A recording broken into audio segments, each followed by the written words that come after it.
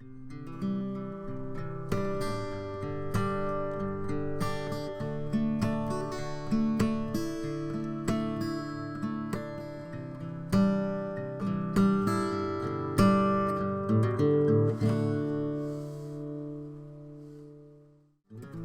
we get into brace carving, it's important that we talk about sharpening techniques. More often than not, issues with brace carving stem from using chisels that are dull. With this video, my goal is simply to impart you with a basic understanding of what it means for a tool to be sharp. With this basic understanding, one can use a variety of methods or abrasives to get the job done. Whatever method or abrasive you choose, it shouldn't take you tens of hours to sharpen and hone one chisel. First we'll sharpen the chisel freehand, then we'll talk about honing guides, and finally we're going to cover sharpening with the use of power tools. But before we get into any of that, first let's talk about what it means for a tool to be sharp. A sharp cutting edge is created when two flat surfaces meet at an acute angle. The important word here is flat. When two surfaces are ground flat with coarse abrasive, the surfaces are not truly flat. If we take a more microscopic view of the ground cutting edge, we can see a series of peaks and valleys. The grit carves out the valleys, leaving the peaks in between. You can imagine what this kind of ragged edge does to wood, and it's not pretty. This microscopic view reminds us why smoothing the surfaces through progressively finer grits is important. Okay, so I have a variety of chisels here. Some of them need sharpening, others are quite sharp as they are, and so I'm not going to mess with those. But quite a few of these I do want to either touch up or sharpen completely. What I mean by sharpen completely is some of these are actually new, freshly purchased and brought home from the store, and it may seem a little counterintuitive, but a new chisel is not a sharp chisel. They do not come razor sharp from the store. They don't even come close to sharp, not even workable sharp. The first method I'm going to show you involves sticking wet or dry sandpaper to a flat surface. It is absolutely critical that the surface you use is truly flat. I struggled for years with sharpening simply because I assumed surfaces were flat and did not bother to check them with a straight edge. My results were understandably poor. I am going to use this granite block, but you could also use 1/4 inch thick glass. I am not going to assume that this block is flat. Let's check it out with a straight edge. As you can see here, there is a pretty large gap between the straight edge and the block. I can fit a 4/1000 of an inch feeler gauge in the gap. Therefore, this block is not flat across its 18-inch length. Fortunately for me, I don't need a lot of surface area for chisel sharpening. Using a smaller straight edge, like this 6-inch straight edge, I can see that there is a 6-inch by 6-inch area on one side of the block that is truly flat. So I will only use that part of the block. I consider an area truly flat if I cannot fit a 1.5 of an inch or 0.0015 inch feeler gauge between the straight edge and the surface. I make sure the surface is impeccably clean by wiping it down with naphtha. I use just 3 different grits of wet or dry paper for freehand sharpening: 220, 600, and 1200. And depending on the condition of the chisel, I may skip the 220 or even the 600 if it just needs a light touch-up. The chisel that I am sharpening is a new store-bought product, so therefore it will need more than just a touch-up. I start with 220 wet or dry. I coat the surface with spray adhesive and stick the paper down.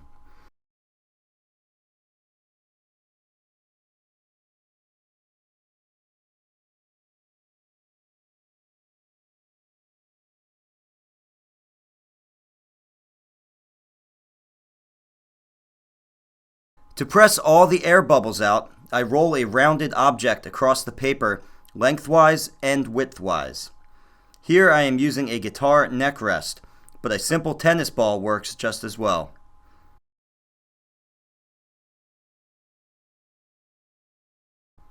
I spray the paper generously with water. The water washes away particles and keeps the paper clean, resulting in a smoother finish. Keep in mind that the paper must be labeled as wet or dry sandpaper.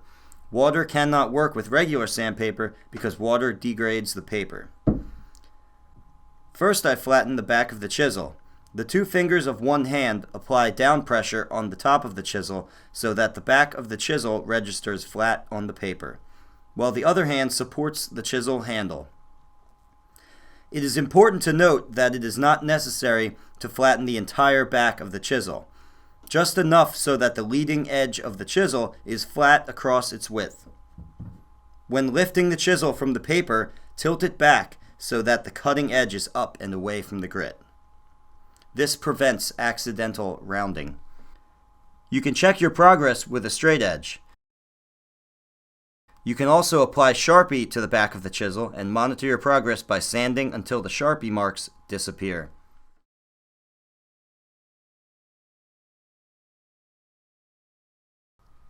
I still see markings at the edge, so I'm not flat yet. Notice the Sharpie marker in the hollow ground section of the chisel. I am not concerned with leveling all the way down to those marks, as they are nowhere near the cutting edge.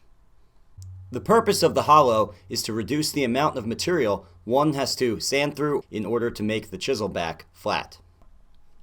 Hollow ground backs are common on Japanese chisels, while most other chisels simply have a flat back.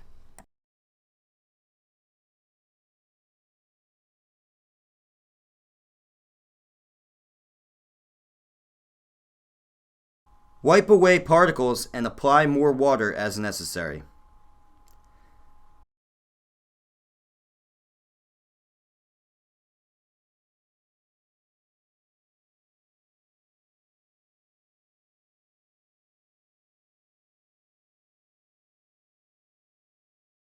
Now let's switch to the bevel side, still on the 220 grit paper. I grip the chisel with both hands. My thumbs support the chisel body from underneath, while my index fingers are positioned at the cutting edge of the chisel. The portion of the bevel farthest from the cutting edge contacts the paper first. Then the chisel rocks forward until the bevel rests flat. All strokes are pull strokes. Once again, apply Sharpie and sand until the Sharpie marks disappear. Now you can repeat the same steps for 600 grit and 1200 grit.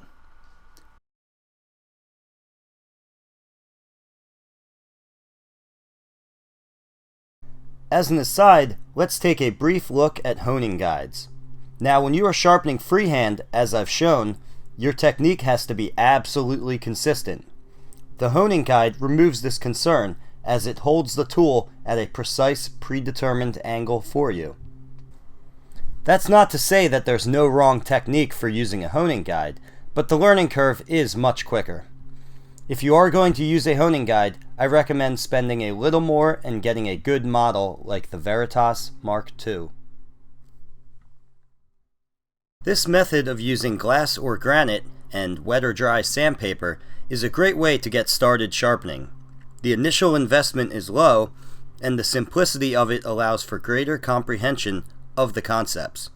However, in the long term, this method becomes expensive because you go through a lot of wet or dry sandpaper. This is why many woodworkers invest in diamond stones, water stones, or oil stones, or even power tools such as a wet grinder or a power system with dry abrasives. The power system I use is the Worksharp 3000. This system uses dry sandpaper fastened to a spinning disc of 1/4-inch plate glass. Sandpaper is attached to both sides of the disc so that the flat back of the chisel can be sanded on the top face, and the bevel of the chisel can be sanded by registering the flat back of the chisel against an adjustable ramp and sliding the bevel against the bottom face of the sanding disc. The work is efficient, enjoyable, and the results are quite good. I've heard very good things about the Robert Sorby system as well, but I couldn't get past the price point. Okay, let's get started. First, I clamp the machine to the bench. The system includes 2 glass discs, which of course I checked with the straight edge to make sure they were flat, even though the box promised me that they would be. There are 4 different grits, one for each face of the 2 discs. We have 120, 400, 1000, and 3600 grit. 3600 seems a little excessive to me, but we'll use it just because it's kind of cool to see your own reflection in the chisel when you're done. As I go through the process of sharpening with the machine, notice that the steps are effectively the same as the freehand method.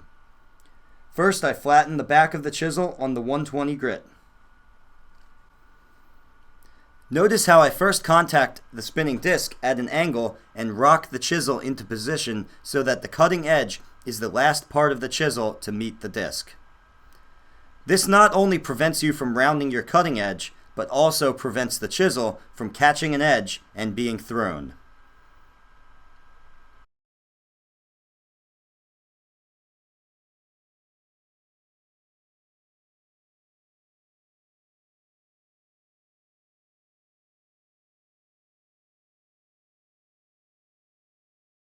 Don't forget to apply Sharpie to the chisel's edge.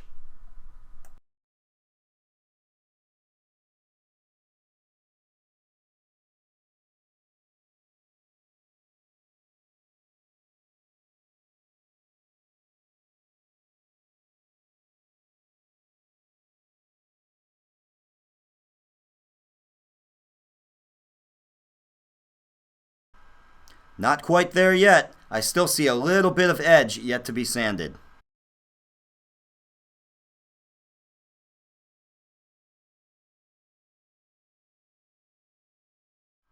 Okay, the back is now flat in the area surrounding the edge.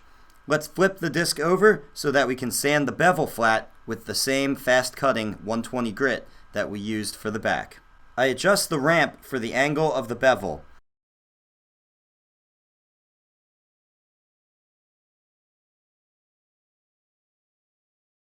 And adjust the sliding fence on the ramp for the width of the chisel. This is to prevent the bevel from being sanded at a skewed angle. The ramp apparently is designed to act as a heat sink so that the chisel doesn't overheat as easily. Even so, I still only applied the chisel to the sandpaper for a count of 1 Mississippi. Then I slide the chisel back for another count of 1 Mississippi and repeat until the bevel is flat. If you hold the chisel against dry abrasive for too long, you can cause the edge to lose its temper and ruin a very good chisel. Every time the edge meets the disc, it creates a hooked burr opposite the bevel, and every time I slide the chisel back from the disc, that burr is removed by the sandpaper that is attached to the ramp itself. This is probably the most interesting feature of this system to me, as it is very efficient and makes the process go quickly. Once the heavy work of flattening the back and the bevel is complete, we can then progress through the grits.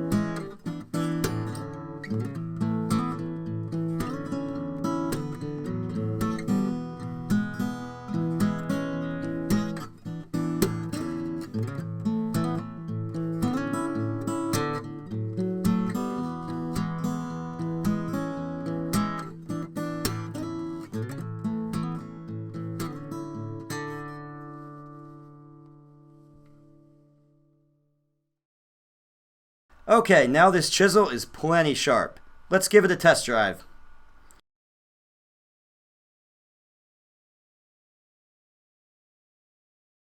It's cutting through this hard mahogany like butter. Imagine how this will perform on the soft spruce of the soundboard bracing.